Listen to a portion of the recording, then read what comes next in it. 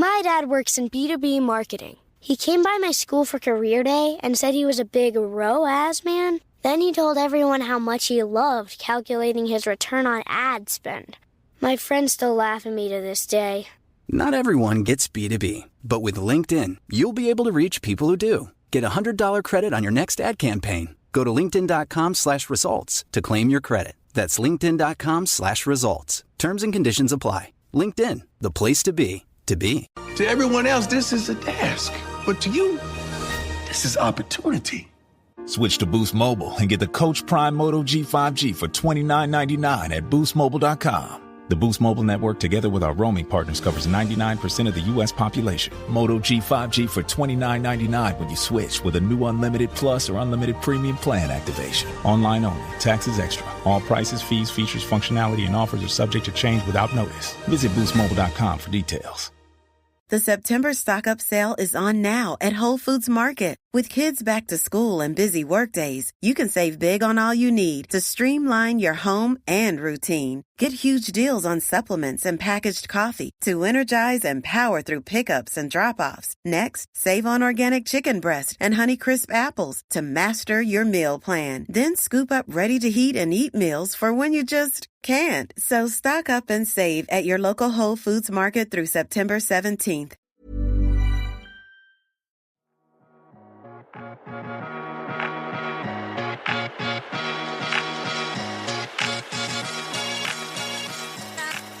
Hello, and welcome to episode 3 of the D-List Diaries, your weekly dose of life after being on a reality TV show. I'm Nicole. I'm Gina. And I'm Kirsten. We want to start off today by thanking everyone who listened to our episode last week and messaged us with all of their dinosaur stories. And if you don't know what a dinosaur story is, then go listen to our previous episode and you'll know. But it's nice to know that we're not the only ones who have these cringeworthy moments, and ours just happened to make it on national television. And we love making this podcast for all of you, but we definitely want it to be interactive, so please reach out to us on Instagram at D-List Diaries and let us know what you want to hear more of. Give us your feedback. Who do you want to hear on this podcast? Because we want to give you what you're looking for. We're not scared to slide in anyone's DMs and ask them to be a guest on our podcast. So we did just go live on Instagram. We got some requests for Jessica from Love is Blind, which, listen, I had a girl crush from day one of that show. What about you guys? Who do you want on? I don't know yet, but I'm definitely going to make a list, and I'm definitely going to be sliding in some people's DMs. But I would love to have Jamie on. I saw that she commented on our post, and I was super excited. I was like, oh my gosh, yes, Jamie. I'm trying to think. I also had a girl. Did you ever watch The Ultimatum? Of course. You know I'm a sucker for a Netflix reality show. Ryan from The Ultimatum. I loved her, the little country girl from North Carolina. Are we going to slide in her DMs? Yes, I've already slid into her DMs, and we've chatted, and she's like, oh yeah, I have family in Nashville. Kirsten, you have no idea what we're talking about. You don't watch TV. You know, barely. Just barely. Y'all had me watching The Perfect Match. I'm like, okay. Now I'm watching this, and it's so interesting. It's so interesting, honestly, like when they introduce the cast and you can already tell somebody's personality by the way they walk and what they're saying. Like you feel like you can based on what they're showing on TV, right? And so I'm like, okay, some of these people are about to get a little spicy on here. And that show is also produced by Kinetic, which produced Married at First Sight. But what's interesting about Perfect Match is it's, from what I know, the one show that's not cast for, you can't just sign up and send an application. They only choose people from other Netflix shows. And I did ask for season 1 if Eris could be on it. I don't know if he knows I asked, so sorry. But I was told no. Can't wait to tell you. I was told no because even though Married at First Sight is a Kinetic show and is on Netflix, it's not a Netflix show.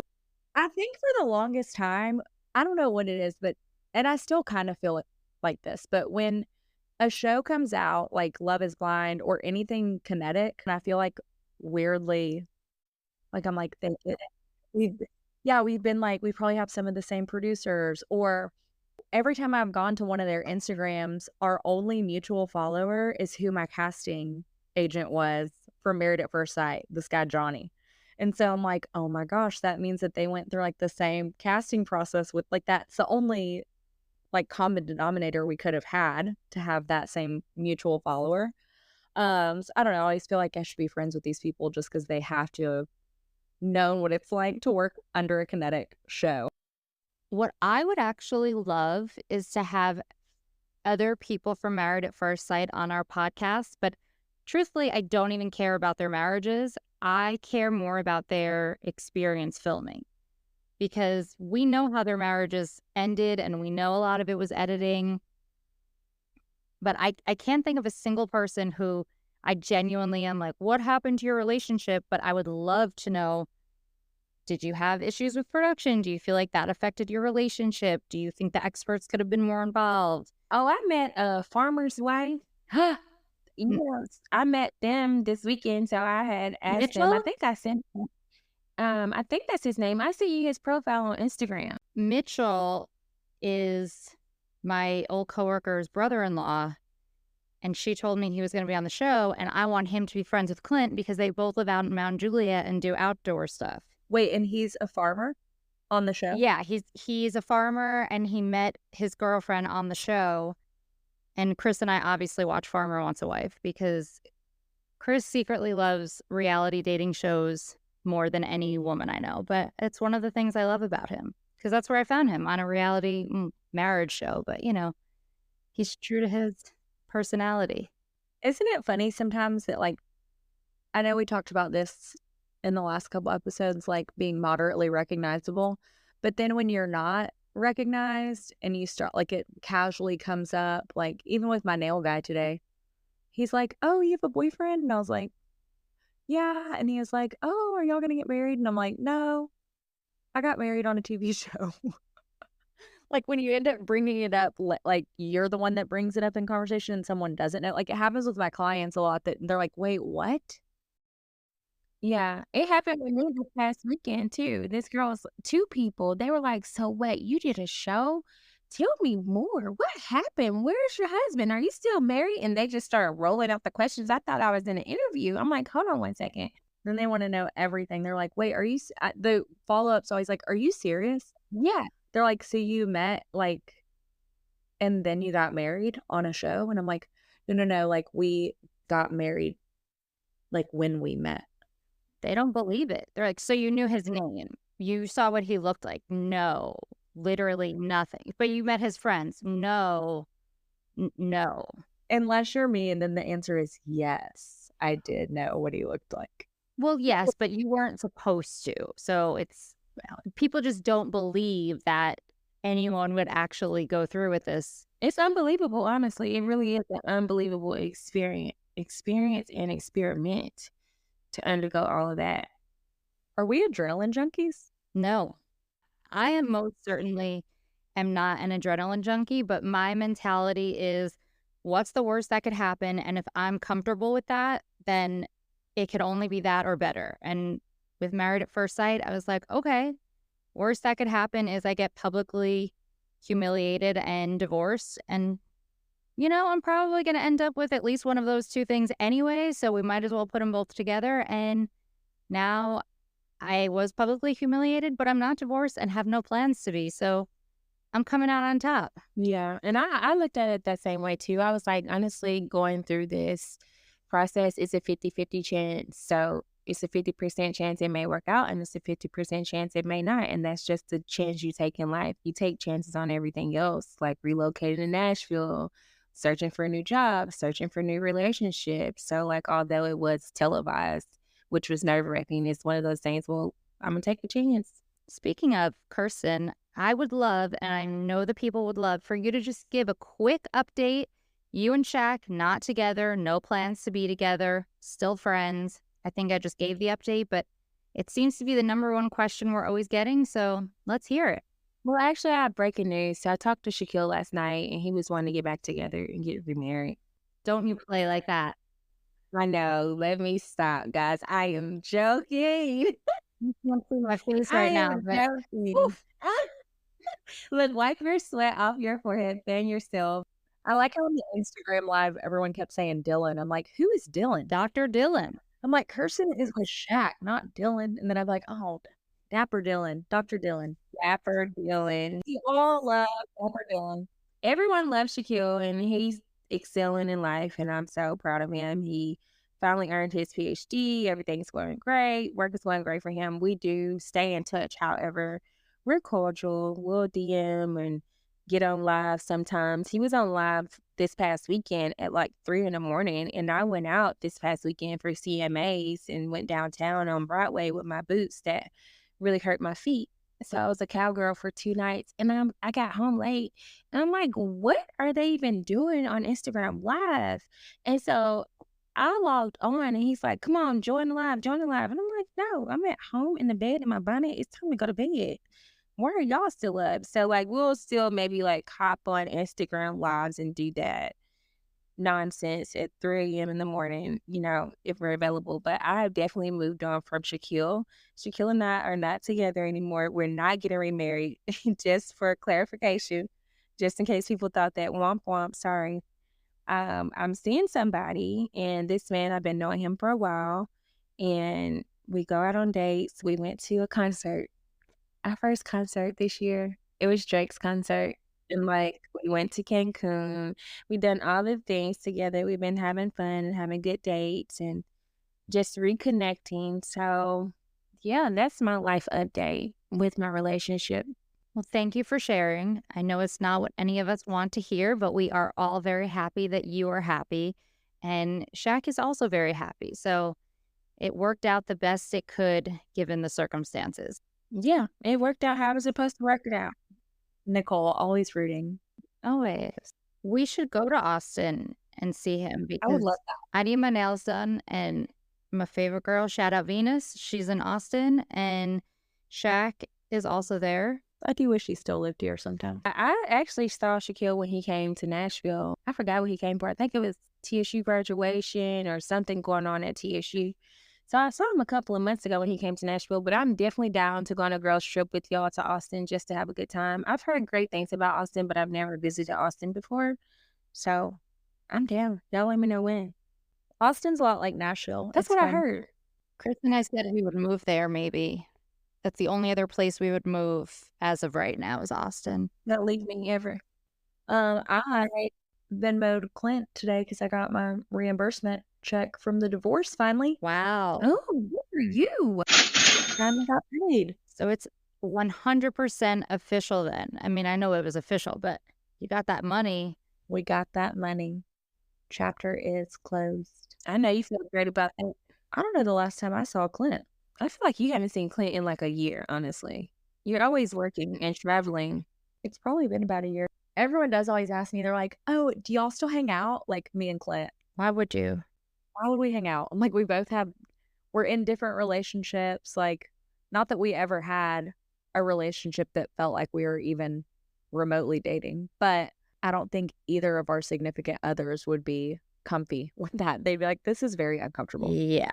And they just want to understand, like, I feel like I'll always know that, like, I have that bond with Clint for sure. That's like, I feel like if we saw each other, 1 minute would not have passed, but there's just really no reason for us to be buds. Like, hey, Clint, you want to go get on the boat today? What are you doing? Imagine. That would be so weird. But in a group setting, I feel like it wouldn't be uncomfortable for anyone, including you two. No, not at all. It wouldn't be uncomfortable for us to see each other, but it would be uncomfortable if it wasn't in a group setting. For our significant others, they'd be like, why are y'all hanging out? That's weird. You guys were married on a TV show. And then if it was just us with our significant others, that would also be very awkward. They'd be like, so what do you do? Now that's a show I would watch. That sounds like a good show. Put all of the couples from Married at First Sight with their new significant other in a house for a weekend and see how awkward it is. Can Chris and I host that show? Yeah, that'd be funny. No, it's like one of those friends that, like, you had like the craziest bond with, but you're still not like, yeah, let's grab a coffee. Like, we wouldn't. That'd be weird. That's fair. People do ask that, though. That's probably like my number one question I get asked when people are like, oh, so y'all got divorced? Well, the first thing I think people think is like, it had to have been bad. Like, they're like, oh, you guys aren't married, you got divorced. Like, how was that? Like, they're thinking it's like really toxic. And I'm like, not bad. Yeah. And then when you say like, oh, it wasn't bad, like we still, we ended like very amicable. We would have done the same thing over again, probably with the same person, then people are always like, oh, so are y'all friends? Y'all like hang out? And we're like, no, not that either. Do you feel like the number one, maybe not number one, but one of the top 3 questions you get when people talk to you about the show, is it usually, are you and Clint still friends, or do they get into a little bit of the nitty gritty? I'd actually love to hear that from both of you. Like, what people, we know, Kirsten, everyone's asking about you and Shaq, but does anyone get super specific, or are they just like, what happened? People don't ever get super specific with me. And I guess when Shaquille and I hang out, whenever I do see him, it's always in a group setting. It's not like Shaquille hitting me up and we're going to lunch or anything. But honestly, I don't have any issue with Shaquille anymore. So it's like, if he did want to go to lunch or anything like that, it's just lunch. Like, it's not like he's trying to get back with me and I'm trying to get back with him. Like, we just happen to be able to be cordial like that. Like, it's no love, no feelings, that not any of that is lost. So luckily, and it took something to happen for us not to be on that wave, because that energy almost happened to where I didn't have anything else to say to him and I was ready to knock his head off. But I released all of that. And so we're fine now. I'm like, we're great. Proud of you. I'm proud of me too. I'm proud of like our whole season for being that way. I would never I'm so busy too all the time that it's like I have very, very minimal free time. Like I don't even get to spend enough time with my own boyfriend. So there'd be no reason for me and Clint to like hang out in a group setting for sure. Like, I think we'd catch up and it would be totally fine. But yeah, I think people definitely, they're very caught off guard, I think, by the fact that I don't have anything bad to say when they're like, oh, so you're not with him? Like, you guys got a divorce? Like, right then they think the immediate like, oh, divorce, like it must have been really bad, But then it's interesting because we're just like, yeah, we got a divorce. Like, we just weren't, like, our situation is so different than like the standard, so unorthodox that it's not a big deal. And so then the next question is always like, oh, so y'all are friends? Like, and then I think people are perplexed that we did get divorced. Just like, what was it? Dr. Pepper and Pastor Cal were like, we're just like mystified by this. How are you not together? And we're like, no, we just like don't like each other like that. You can just not like the person you're married to, but not hate them. The show is so extreme. What did you say, Nicole? That like you have to pick a lane. Like, you can either like be madly in love or you have to hate each other and have this division. You can't be like, oh, actually, this just isn't working for us, but I'm still an adult and like I think you're a cool person and I have no animosity towards you. I just don't think that I want to be married to you. That's not drama. And I'm glad that we don't really have animosity towards each other. It just feels great to have good energy or just to be okay with what happened. Do you think that the Denver season, like, do they know that they got played? Like, that's kind of, I hate to say it that way, but it's like, did they not get it? That Denver season, honestly, I just watched the reunion. And it was even hard for me to watch the reunion. I was like, this is stressful. What is going on? Wait, or was that the reunion for Love is Blind? Oh my. I can't keep up with all these shows. But it was, it's like, I feel like like every single couple fell hard into the trap that like all of us avoided. Mm-hmm. And exacerbated how much they hate each other. And I feel like, I don't know them, and obviously the editing is going to make it worse, but I feel like it, from me as someone that was on that show watching it, I'm like, I feel like this is 100% what would have happened to us if we would have gone in the direction a lot of the time that like the conversations were kind of being led. We're all very intelligent individuals and we know when a trap is set and when a trap is not. So I feel like we were always like on top of everything. And like, we're all genuine people. So it's like, we're not going to try to make anything up and go against everything and team up and do all of that nonsense. It was honestly too much nonsense going on that season, and I really couldn't even get engaged in that. I'm like, this is just too much for me. It was almost a headache. And I just saw some of the clips on Instagram. I was like, yeah, I hardly watch TV, and I'm not going to give my TV time to that. I know this is really rich coming from me, but I do feel like with this Denver season, they were too invested in each other's business and not enough in their own relationships. And with us, that actually benefited us when we would talk to each other and get advice and, bounce ideas off, or is this going on in your relationship? But with them, it was like girls against guys instead of, not that it should be husband against wife, but I felt like they were so involved in each other's relationships that they couldn't untangle the web that they weaved of like, I'm in this relationship, but I care about my friend and her husband is doing this and his wife is doing that. And it was just so hard to keep up with. And I agree with people after watching that maybe everyone should stay separate. Like, we don't need all of these group things. But then I think of our season, and I feel like if I didn't have time with you girls and even with the other guys, I don't know if my relationship would have gone as well, because I needed someone to tell me I wasn't crazy. Like, I just married a stranger and this is what's happening. Is this normal?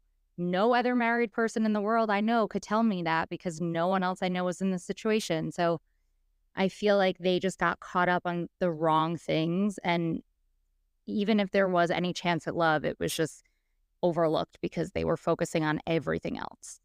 I know. I felt like it was one like wild game of telephone. A lot of the time it's like, well, I heard that you said this and you said this and you told him this. It's like, why are we spending so much time? It's like, and once it goes through 4 different people, it's something totally different than it probably really was. And then you've got production probably, tampering with what they're hearing. And it's like, it just felt like it got so messy. And I'm glad that I can't even look back and think about like things that felt like messy for us, like uncomfortable for sure. But it just felt like a lot of it was petty. It's like, okay, like you were saying, we're getting hung up on things that aren't that deep. And it's becoming this like major issue. Yeah. And I feel like that happened a couple of times, like when we were asked certain conversations on the after party and when we had to like meet one-on-one with the experts, it was like certain questions that they would ask me.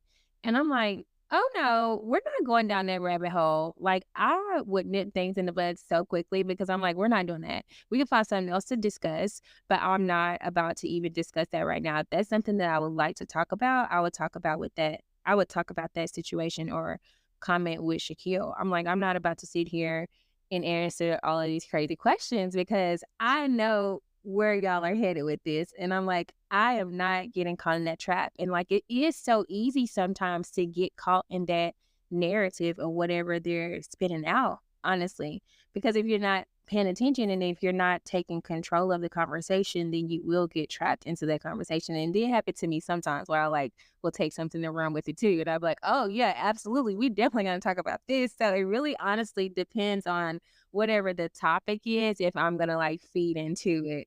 But like if I feel like the topic was a sensitive topic and I didn't want to step on any toes or anything, I'm like, well, this is something he and I can discuss, and then when we discuss it together, then we can come back and have the conversation with you guys if that's something that we would like to do.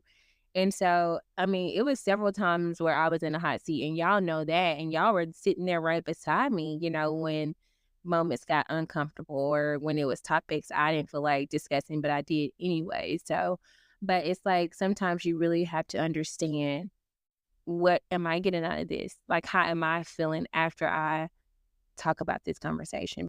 I wondered that several times, like watching this season. I was like, oh my gosh, did someone just not tell them? Like, just stand firm in what you want to talk about. And if you feel like conversations are starting to make you feel icky, I guess is the best way I can describe it. Like, I could feel it like in my soul, like certain conversations we'd be having. I was like, this does not feel right. Like, this doesn't feel like what I would be talking about. Like, I knew like ultimately that I respected all of you. So I was like, okay, what would I want to say and talk about and know at the end of the day that I'm still can look back and I felt like I respected that person.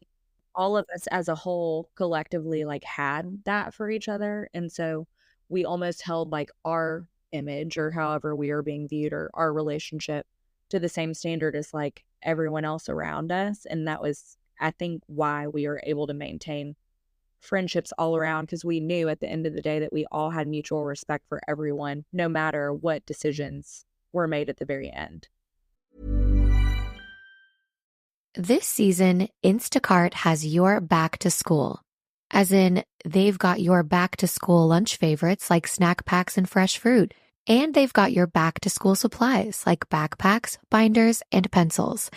And they've got your back when your kid casually tells you they have a huge school project due tomorrow. Let's face it, we were all that kid. So first, call your parents to say I'm sorry, and then download the Instacart app to get delivery in as fast as 30 minutes all school year long. Get a $0 delivery fee with your first 3 orders while supplies last. Minimum $10 an order. Additional terms apply. Hey, I'm Ryan Reynolds. Recently, I asked Mint Mobile's legal team if big wireless companies are allowed to raise prices due to inflation. They said yes. And then when I asked if raising prices technically violates those onerous 2-year contracts, they said, "What the f*** are you talking about, you insane Hollywood ass?" So to recap, we're cutting the price of Mint Unlimited from $30 a month to just $15 a month. Give it a try at mintmobile.com/switch. $45 up front for 3 months plus taxes and fees. Promo rate for new customers for limited time. Unlimited more than 40 gigabytes per month. Slows full terms at mintmobile.com. I agree with you 100%. And I think that's where Shaquille and I came from sometimes. Like, if they would ask us our input on other couples, and we're like, right now, we're the only couple that we need to focus on because we're trying to get our communication together. We're trying to get to know each other. We're trying to figure out this marriage. Like, we have multiple things to figure out on our own. So we are not worried about what someone else is doing and how their marriage is working out. And like, sometimes it's just not our place. Like, I'm like, it's really not our place to speak on some things. And we always try to find the light at the end of the tunnel. Like, if someone is having a hard time in their relationship, we're like, well, I hope they can get things figured out. And we hope that it works out as best as it can for them. And that's all we have to say. Because like you said, Gina, at the end of the day, it's getting played back. So we will sit here and see what somebody had to say. And so in the very beginning, you may not recognize that. But as you continue to go through the process, you will understand. And I think that's, like you said, why we all have so much love for each other, is because we also have respect for one another. And respect goes a long way. So I know we talked about a little earlier, we love to go on a good tangent, but we brought up The Perfect Match earlier, and I know we're all in different stages of watching it, but I found it really interesting to watch it because it's called The Perfect Match, yet I firmly believe not a single person on there is on it to find their perfect match. I mean, it's entertaining as all hell, but they are there for, I don't know, money, fame, to stay relevant in Netflix land, whatever it is. But I just don't believe that any of them are there for love. And it's kind of offensive because a lot of people say that some people on Married at First Sight just do it to be famous, but no one's getting famous off Married at First Sight. Like, we call ourselves D-listers, and that's generous. But do you guys think The Perfect Match and shows like that in general, like, are now becoming more for fame, or you think they're really looking for love? I don't think that it's necessarily like, I think a part of it is fame for sure.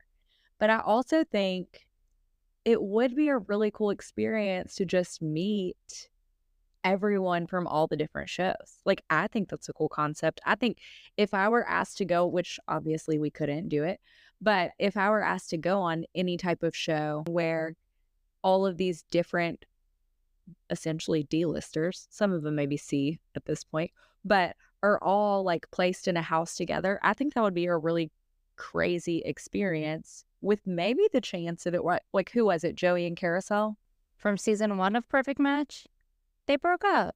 But I thought they truly had it. I thought they were super cute and they looked like they went together. So I don't know. I mean, it's easy to say, like, people, I get that a lot. Like, that's one of my hottest comments on Instagram is like, we know you went on this to promote your business. Like, everyone says that about me, and that's not at all why I did the show. I I did it for marriage, but I also did it because I thought it would be a really cool experience. And I was like, I'm going to regret this if I don't do it. That's valid, though. If you said you did it because it's a cool experience and you might get a husband, it'd be different. But you were looking for love on top of a cool experience, but not even just perfect match. Like Love is Blind, I feel like seasons 1 and 2, love. Now it's like, I don't care if I find love, great, but that's not my main objective. And I'm going to be famous whether or not I find love. I really feel like between Perfect Match, Love is Blind, and and Married at First Sight, they're different type of shows and they have different concepts. I do feel like Perfect Match is more so for entertainment purposes only. And if someone happens to really find the perfect person, that's great for them.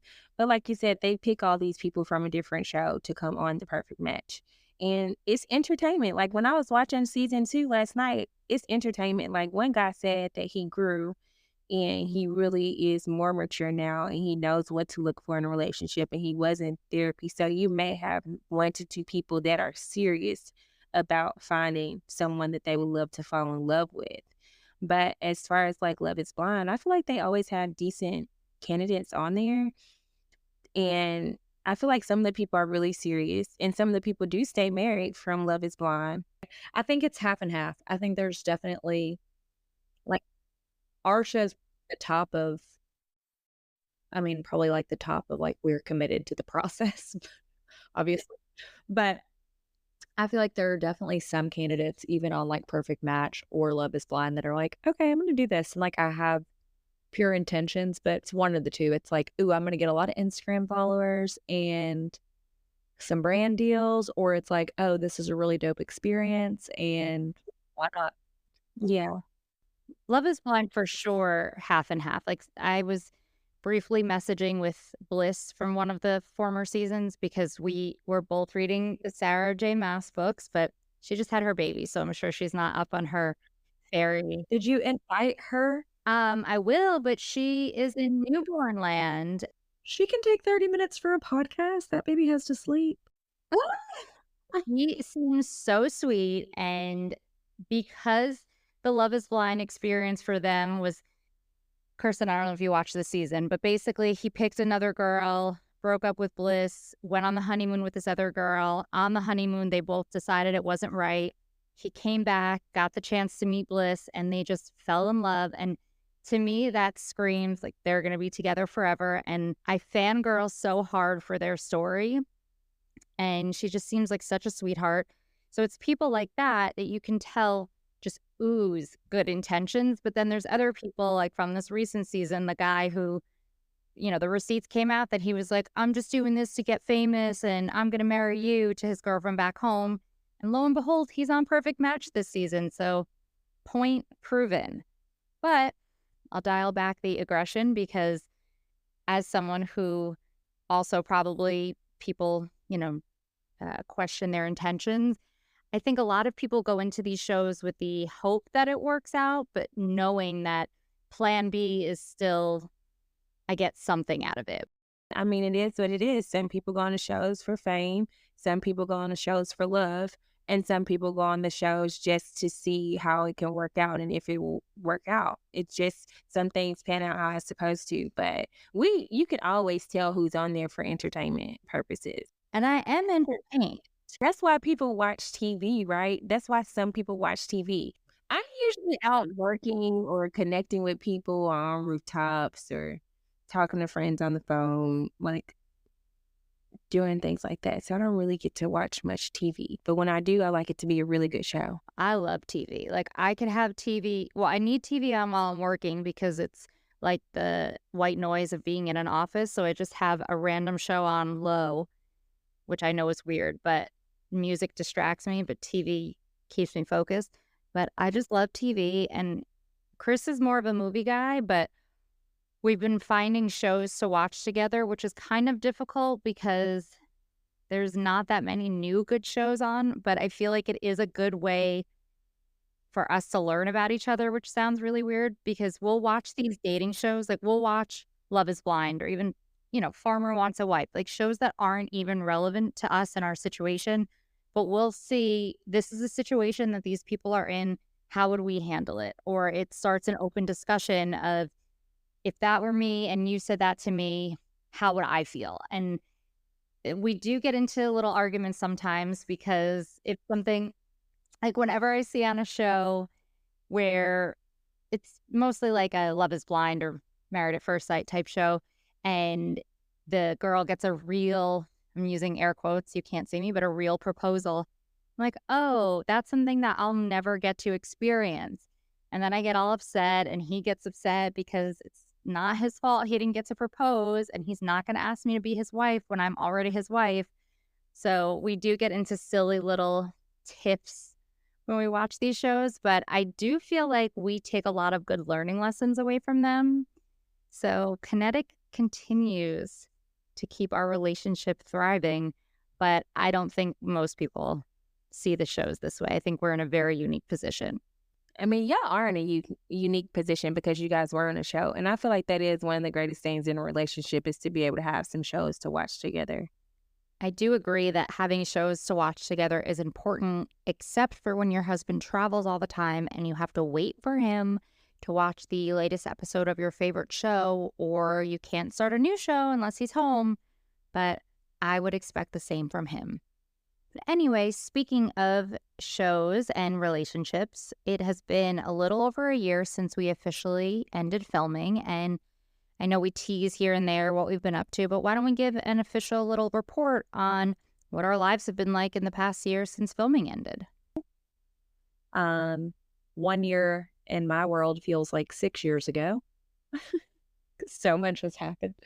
But I feel like mine's really just like salon. But that's really what it is. Because at the end of our relationship filming is when I pulled out of my lease and had a really terrible contractor situation. So mid-filming, I lost about $100,000. And then I found a different salon space, moved in, flipped it in 6 weeks as we were like wrapping filming, reconnected with an old friend / flame, and I took him out of the friend zone, made him fall in love, and we did a lot of tropical vacations last year. We went to Punta Cana and Antigua. And then I got the salon off the ground, and I built up to like 14, lost some of those by now. So I've kind of like shifted. And really this whole year has just been me learning different business plans that work, like immersing myself in the business side of hair, because I've always loved doing hair, but now I'm learning that I love business maybe even more than hair. I mean, just recently hired a new assistant, hired a manager, and just try to figure out ways to stay present in my relationship. I think I learned a lot from the show in terms of like my personal needs in a relationship and how to do better, which was truly because of you guys. I mean, I give credit to even being in a relationship to the show and my experience with you guys, because I don't know that I would have learned all of that about myself, and how to really be an okay girlfriend if I wouldn't have done it. So You're a wonderful girlfriend, Gina. You are. oh, thanks. Then I've still got Hank, like Hank is living the life. He is really battling some anxiety, and he's having his first meet up with his psychiatrist soon. So we're going to try to nail down his storm anxiety and like wake up in the middle of the night anxiety, so he just feels like he's my baby still. And I would love to have another dog, but I can't have one, my boyfriend says, until we have a yard. So that's been my life since filming wrapped. Maybe in the next couple of years, you'll get you a second dog. But Gina, I am super proud of you, because I don't think that people understand the different challenges that you may face as a businesswoman and a business owner, as far as like managing other people, managing your finances. Like, that is hardcore. So I commend you for like hanging in there and not giving up and like persevering through each obstacle. Like you overcame so much. And a lot of people don't know that because it's a lot to unfold, but just sharing like the small things that you did about your salon, it's hard work. And being a business owner is like you have to eat, sleep, and breathe the business, even if you have to sleep in the building to get it off the floor. Like it takes a lot of work. So I'm just super proud of you for sticking with that. And like $100,000, you said it like it was just $10. Like that's a lot of money.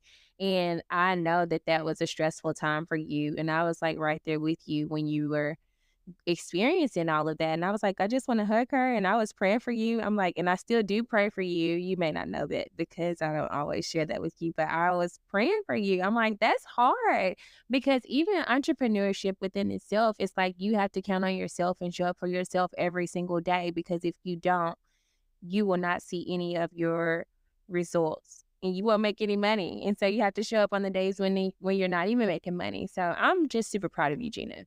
Like, I know people were probably tired of hearing about your salon, but yeah, you're going to talk about your salon because that's what you're working hard at. So kudos to you. Thank you.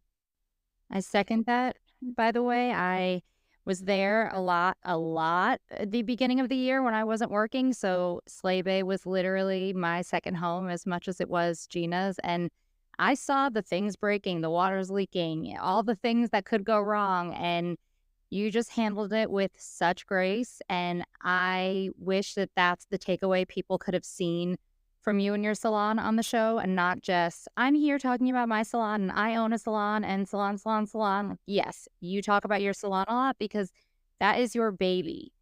Hank is really your baby, but you know what I mean. Like that is something you're so passionate about, and I wish people could see the passion instead of the just, I'm talking about my salon, because that's not what it is at all.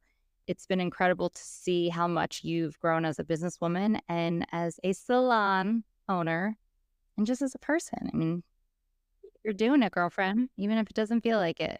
That's very sweet because sometimes I know that it's nice to hear those things because people always say that like entrepreneurship is a very lonely place. And sometimes it's like, I ran into those struggles even this year. Like I lost employees because I would overshare my stress with them, and they probably carried a lot of my stress too. And so I feel like I had to constantly remind myself that like the only way that you fail is if you quit. And there's been plenty of times that like I have wanted to quit and just be like, okay, I'm done. Like I would rather be in a room alone. And then I'm like, okay, no, like God designed me for a bigger purpose. Like I know that I'm supposed to pour into people and provide this like sanctuary of a place for like clients like you guys to come and feel confident and love being there. And also like my team, like building like livelihoods, like building a place where they can create whatever they want, well, artistically and like financially, and provide a life for themselves. So I don't know, like I just keep trucking along, and I will say like my boyfriend is so supportive. Like I don't know how he puts up with me half the time. But we figured out our little flow, and I've learned to like reel it back and not talk about business as much. And he's been there the whole time. So I appreciate you guys because you don't understand how much that means because we don't hear it enough as business owners. It's like typically just you, and you don't hear the input from other people. So as the owner, I feel like you can always tell people you're proud of them. And that's like part of my job is like building around my team and like letting them know like how much I appreciate them and I'm proud of you and all those things. But I don't always hear it. It's kind of like being the mom. Like you don't always tell your parents how much you appreciate them because it's just like an expected thing. And so I do appreciate that. We are proud friends, and we're always rooting for you and each other. So we got you, girl. We got you, Gina. Yeah. Nicole, what you been up to other than married life? Guys, being married is a full-time job on top of my full-time job. But no, Kirsten and I feel like I always say we have no updates, but it's because we're just always so busy. I mean, he's been traveling.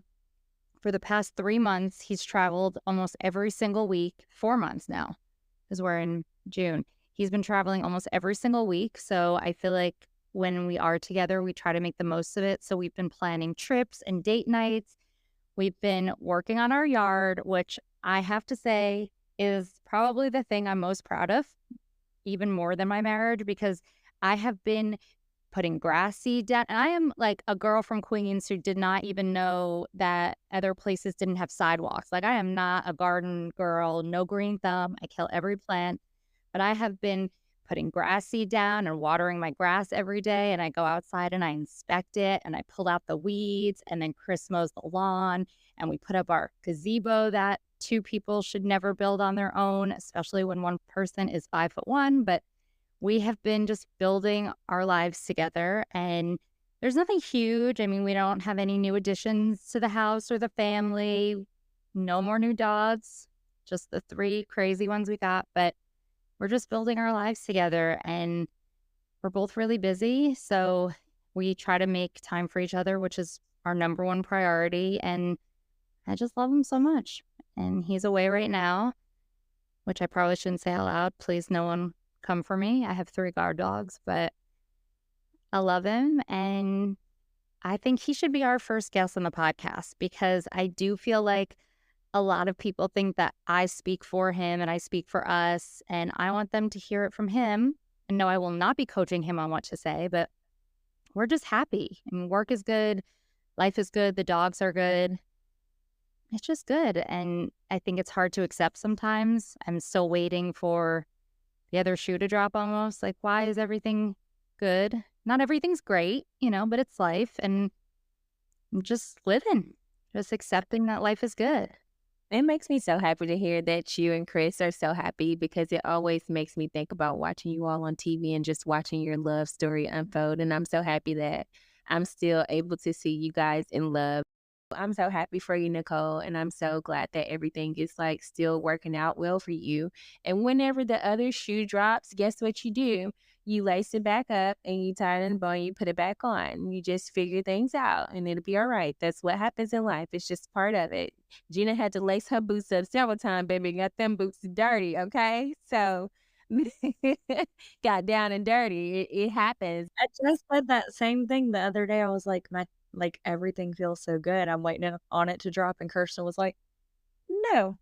And that is such a good perspective. It's like, it's going to, like, shit happens. You're going to step on it.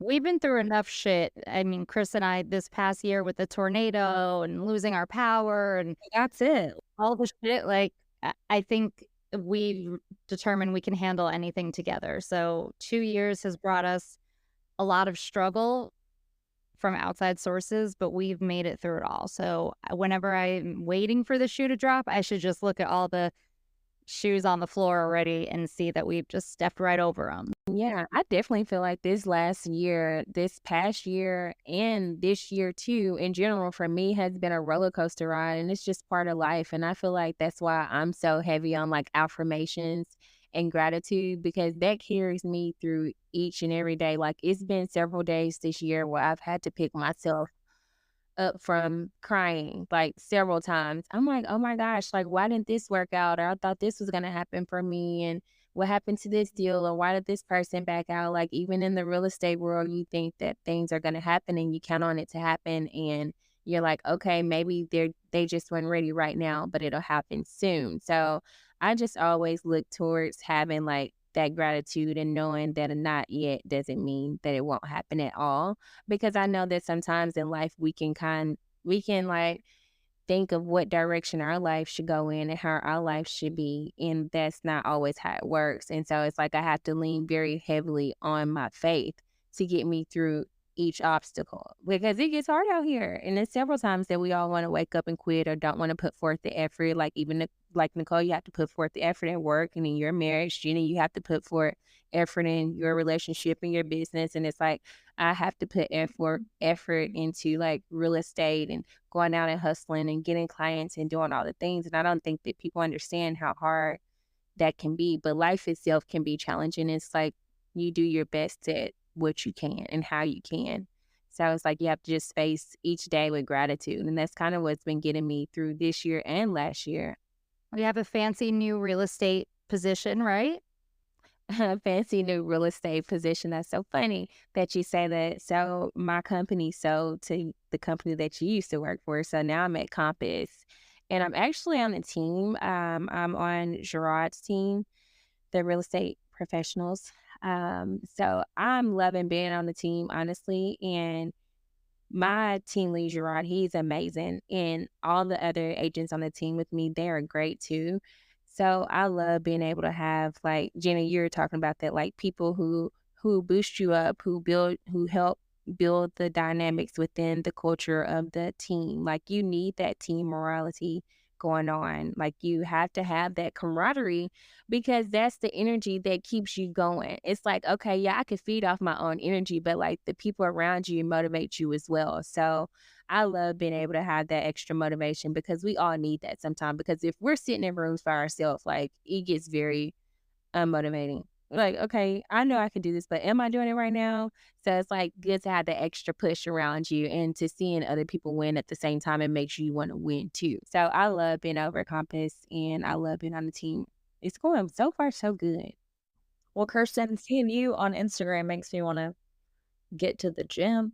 You're out there being social. I'm always like, okay, I'm trying to like do a little bit more like Kirsten. Like, I need to get downtown and put my boots on and work out. That makes me happy that you say that.